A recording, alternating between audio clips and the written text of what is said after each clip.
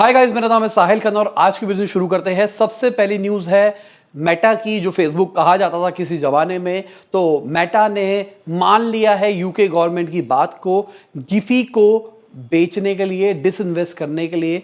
Logically कुछ time पहले इन्होंने गिफी खरीदा था, उसके बाद जो वहाँ का कंपटीशन वाला गवर्नेंस है, उन्होंने बोला कि भाई ये एक गलत प्रैक्टिस है, इसकी वजह से आप एक पोटेंशियल एड नेटवर्क को अपने अंदर एब्जॉर्ब कर लोगे, जो कि बहुत गलत चीज़ है। अब पता नहीं क्या होगा। अब वो कह रहे हैं कि भाई डिसइन्वेस्ट करेंगे, हम प्लान कर रहे हैं, तो देखते हैं क्या होता है। मतलब ये भी एक नई बसूड़ी है बिजनेस बढ़ाने के लिए कि आपको अब ये भी रेगुलेशंस देखनी है कि कहीं आप कंपटीशन को तो नहीं मार रहे हो। अगली खबर, ट्विटर के बिकने की डेडलाइन बहुत ही जल्दी पास आ रही है। जल्दी से एलॉन मस्क उसको खरीद सकते हैं ऐसा लगता है। तो इसके चक्कर में जो ट्विटर वाले हैं, उन्होंने अपने एम्प्लॉइज को बताया है, फिक्स एक्सचेंज के अंदर भी बताया है कि अगर आप अपने स्टॉक्स को कुछ भी इधर उधर करने की कोशिश कर रहे हो तो अभी आपको कुछ नहीं दिखाई देगा। अब मतलब सारे के सारे जो स्टॉक्स पड़े हैं एम्प्लॉइज के, वो सारे फ्रीज कर दिए गए हैं। और ये इसलिए कर दिए गए हैं, पहले डील होने दो, उसके बाद आपको जो करना हो करते रहना। और अगर हम ट्विटर के शेयर के प्राइसेस की बात करके चले तो हमको बढ़ते हुए दिखाई दिए।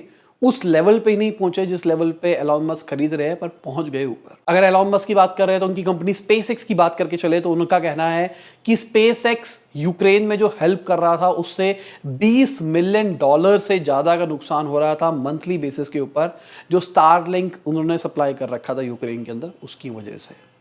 कुछ टाइम पहले भाई एलॉन मस्क ने एक ऑप्शन दिया था कि वॉर को एंड करने का ये है, यूक्रेन बात मान ले रशिया की।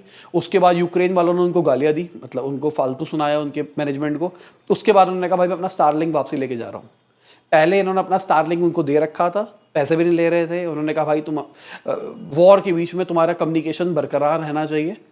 उस टाइम तक यूक्रेन वाले तारीफ कर रहे थे, जैसे ही फालतू बोला इन्होंने कहा स्टारलिंक निकालो। और अब ये बातें बैक्ड बाय लॉजिक रखी जा रही है कि भाई हम इसलिए नहीं कर रहे हैं क्योंकि उन्होंने मेरे को फालतू बोला था, हम इसलिए कर रहे हैं क्योंकि हमको लॉस हो रहा है। लॉस में कौन काम करता है।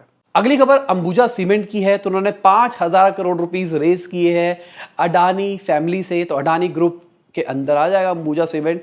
तो कहा जा रहा है 418.87 रुपीस के अंदर खरीदा गया है पर शेयर अंबुजा सीमेंट का। बड़ी चीज है। अडानी जी हर चीज के अंदर धीरे धीरे करके पेनिट्रेट करके अपने आप को एक्सपेंड कर रहे हैं। अगली खबर गुजरात गवर्नमेंट की है। तो टेक महिंद्रा ने उनके साथ में एमओयू साइन किया है कि आने वाले 5 साल के अंदर 3,000 से ज्यादा नौकरियां क्रिएट करेंगे। बेसिकली इन्वेस्टमेंट होगी, फैक्ट्री लगाओ, कुछ लगाओ, बिजनेस लगाओ और नौकरियां क्रिएट करो। इलेक्शन आने वाले हैं, इस चक्कर में ज्यादा आपको गुजरात दिखाई दे सकता है आने वाले टाइम में। अगली खबर कॉग्निजेंट की है। तो अभी रिसेंटली टीसीएस, विप्रो सबकी बातें निकल के आ रही थी, उनकी एम्प्लॉय के शेयर इतनी सैलरियां बढ़ा दी, ये कर दिया। इन्होंने भी 10% सैलरी बढ़ा दी है अपने एम्प्लॉयज़ की, सबको देखते देखते। इनफैक्ट मेरे हिसाब से महंगाई बढ़ रही है तो सैलरी बढ़ानी बनती है लॉजिकली, पर कहानी ये है महंगाई बढ़ने की वजह से बिजनेसेस घट रहे हैं। तो ये भी वो वाला प्रॉब्लम वाला सीन है। बिजनेस का प्रॉफिट कम हो रहा है पर आपके एम्प्लॉयज को पैसों की ज्यादा जरूरत है क्योंकि महंगाई बढ़ रही है। तो क्या करे, सैलरी बढ़ाए या लोगों को निकाले, जैसे बहुत सारी कंपनियां कर रही है। अगली खबर बायजूस की है। तो 2021 फाइनेंशियल ईयर के अंदर उन्होंने लॉस रिपोर्ट किया है। 30% रेवेन्यू में भी ड्रॉप आया है। अब उनका कहना है कि भाई हमने रेवेन्यू को बांटा है over the period of time, क्योंकि वो प्रोडक्ट बेचते हैं, सर्विस नहीं बेचते हैं। उन्होंने हार्डवेयर आपको टैबलेट बेच दिया, आपने टैबलेट ले लिया। अब आप 8th क्लास के अंदर हो, आपने इनकी सर्विस ली। अब आप 9th क्लास में जाओगे तो भी तो शायद इनकी सर्विस लोगे, तो आगे भी कमा सकते हैं उनसे, इसलिए उसको ब्रेक कर दिया जा रहा है। कह रहे असली अकाउंटिंग का तरीका ये है। बहुत सारे झोल कहे जा रहे हैं, कई लोगों का कहना है कि बायजूस के अकाउंटिंग में बहुत ज़्यादा झोल है। स्टार्टअप बबल वाली वीडियो देखना, उसके अंदर लास्ट में मैंने बात करी है, स्टार्टअप बहुत सारा कुछ करती है। और कई लोगों का कहना है कि भाई वो क्या है, डार्क साइड ऑफ स्टार्टअप भी बता दो। एंटरप्रेन्योरशिप तो बता दी, स्टार्टअप भी बता दो। वो बता नहीं सकता क्योंकि वो थोड़ा इलीगल मैटर होता है, पर ये वाली बात से थोड़ा समझने की कोशिश करो कि क्या हो सकता है। जिनका बिजनेस होगा वो शायद थोड़ा आइडिया लगा पाएंगे। अगली खबर मेरे हिसाब से बहुत बड़ी खबर है। लाफार्ज ग्रुप के ऊपर पेनल्टी लगी है क्योंकि उन्होंने $777 मिलियन आईएसआईएस को दिए थे। बड़ी चीज है। आईएसआईएस एक टेररिस्ट ऑर्गेनाइजेशन है, उनको एक बड़ा फ्रेंच सीमेंट ग्रुप पैसे देता है। ये बहुत गलत चीज है अगर देखा जाए तो। अगली खबर ड्रूम की है। तो रिसेंटली न्यूज के अंदर ड्रूम आया था क्योंकि उनका आईपीओ आने वाला है। अब फिर से न्यूज में आ रहा है कि उन्होंने अपने आईपीओ को विड्रॉ कर लिया है।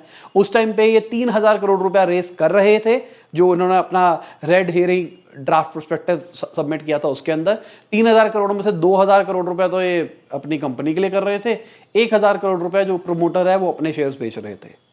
तो स्टार्टअप बबल वाली वीडियो में अगेन ये वाला भी सीन समझाया है कि एक फाउंडर एग्जिट कैसे करता है। ट्रूम को एग्जिट मिल रहा था, फाउंडर्स को 1,000 करोड़ रुपए जिन जिनके पास था उसको मिल सकता था पर इकोनॉमिक कंडीशन खराब होने के चक्कर में वो नहीं निकाल पाए। अगली खबर एयर इंडिया की है। तो उनका प्लान है आने वाले 5 साल के अंदर 30% मार्केट शेयर कैप्चर करने का। अभी उन्होंने एक प्रोजेक्ट निकाला है vihan.ai। अभी करेंटली डोमेस्टिक मार्केट में 10% शेयर है, इंटरनेशनल मार्केट में 12% शेयर है। इनका प्लान है इसको बढ़ाने का। इसके लिए और भी प्लेन्स आ सकते हैं और वो जो बता रहा हूँ मैं आपको, इनका प्रोग्राम है वो बहुत कॉम्प्रिहेंसिव है। कहा जा रहा है वो हर डायरेक्शन में इनको इंप्रूव करने में हेल्प करेगा। अगर हम एविएशन सेक्टर की बात कर रहे हैं तो सिंधिया जी का कहना है 95,000 करोड़ रुपीस आने वाले 4 साल के अंदर इन्वेस्ट होगा इसके अंदर, इस सेक्टर के अंदर। मतलब ग्रोथ है इस सेक्टर में भी। पर अगर हम हमारी ऑर्गेनाइजेशंस की बात करके चले, जो अलग अलग ऑर्गेनाइजेशन है जो एयरलाइंस देखती है, उनका कहना है कि भाई अभी उनको फंड्स रखने चाहिए एयरलाइन वालों को, क्योंकि अभी बुरा टाइम आ सकता है।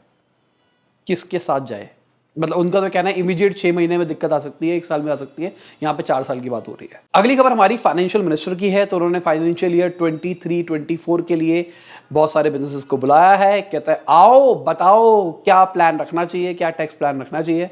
सबके सब बोलते तो बहुत कुछ है, होता कुछ नहीं है। देखते हैं अभी क्या स्लैब्स चेंज होते हैं, नहीं होती है। अभी स्लैब्स चेंज नहीं कर रहे, मैं तो कहता हूँ घटा दो ना यार, टॉप वाले स्लैब्स घटाओ थोड़े से, जो ज़्यादा कमा रहे हैं उनके घटाओ, कुछ तो बेनिफिट मिले। बिजली पानी फ्री तो मिलता नहीं है, कुछ तो मिलेगा। अगली खबर Adani defence and air space की है। तो वो एयरवर्क्स को 400 करोड़ के अंदर एक्वायर कर रहे हैं। एयरवर्क्स है क्या? अगेन अडानी ग्रुप है तो गवर्नमेंट का कुछ ना कुछ होगा। इंडियन नेवी के लिए मेंटेनेंस का काम करते हैं, बड़ी चीज है देखा जाए तो, ठीक है। बोइंग के साथ में मिलकर कर रहे हैं तो अगेन इनको लॉन्ग टर्म प्रोजेक्ट मिल गया, सही टाइम पे ले लिया। अगली खबर वोडाफोन आइडिया के बोर्ड की है। तो भाई वो पैसे रेज कर सकते हैं कन्वर्टेबल डिबेंचर्स के थ्रू। बहुत बुरा हाल हो रखा है इनका अगर देखा जाए तो। जून के क्वार्टर के अंदर इन्होंने 1.98 लाख करोड़ रुपीस का डेट दिखाया था ओवरऑल अगर हम बात करके चले। और अभी बोर्ड ने भी कंसर्न दिखाया था कुछ टाइम पहले, जहां पे कहा गया था कि 7,000 करोड़ से ऊपर के ड्यूज है। देखते हैं क्या होता है। आइडियली गवर्नमेंट का तो स्टांस थोड़ा सा दिखाई दे रहा है कि गवर्नमेंट चाह रही है वोडाफोन आइडिया को बनाए रखे, तीसरा कंपटीशन बना रहे, पर उनके मैथ्स नहीं अच्छे दिखाई दे रहे हैं। अगली खबर लुलु ग्रुप की है। तो वो एक और मॉल बना रहे हैं जो कि अगेन इंडिया का सबसे बड़ा मॉल होने वाला है, 3,000 करोड़ रुपए इन्वेस्ट करके गुजरात के अंदर। और ये मॉल हमेशा बनाते हैं, सबसे बड़े बड़े बनाते हैं। मेरे को मैं शायद गलत भी हो सकता हूँ, अभी रिसेंटली इन्होंने लखनऊ के अंदर भी मॉल बनाया था, लुलु मॉल ही था वो, और वो सबसे बड़ा मॉल था, ऐसा कुछ हुआ था ना, या फिर मैं ऐसे सोच रहा हूँ। और मेरे को याद है मैं अभी कोची गया था, वहां पे भी लुलु मॉल की बहुत तारीफें हो रही थी, भाई लुलु मॉल जाओ, बहुत बड़ा मॉल है, बहुत बड़ा मॉल है। अगली खबर न्यूजीलैंड से है। तो उनका जो इन्फ्लेशन है वो 32 ईयर हाई के ऊपर है इस टाइम पे, 7.2% Q3 के अंदर। बुरा हाल है, पूरी दुनिया का बुरा हाल है। अगली खबर DIPAM की है। तो उनका कहना है कि गवर्नमेंट को जो अपने डिसइन्वेस्टमेंट प्लान है, जो मैं कहता हूं बेच खाओ मूवमेंट है, जहां पे गवर्नमेंट के पास में जो जो एसेट्स है उसको थोड़ा थोड़ा वो बेच के पैसा इकट्ठा करने की कोशिश कर रही है, थोड़ा सा मॉडरेट कर देना चाहिए। तो उनके हिसाब से ऐसा होना चाहिए, पर पैसे गवर्नमेंट की जरूरत है। गवर्नमेंट पैसा कहां से लाए? एक तरीका है पैसे प्रिंट करके, जो कि शायद गवर्नमेंट नहीं कर रही है, जो कि अच्छी चीज है मेरे हिसाब से। गवर्नमेंट के पास जो पड़ा है उसी से पैसा लाने की कोशिश कर रही है। अगली खबर माइक्रोसॉफ्ट की है। तो उन्होंने 1,000 से ज्यादा एम्प्लॉइज को निकाला है अलग अलग वर्टिकल्स के अंदर। होपफुली इंडिया के अंदर ज्यादा लोगों को ना निकाला जाए। दिवाली सीजन आ रहा है यार, त्योहार आ रहे हैं, सभी को पहले एडवांस में हैप्पी दिवाली।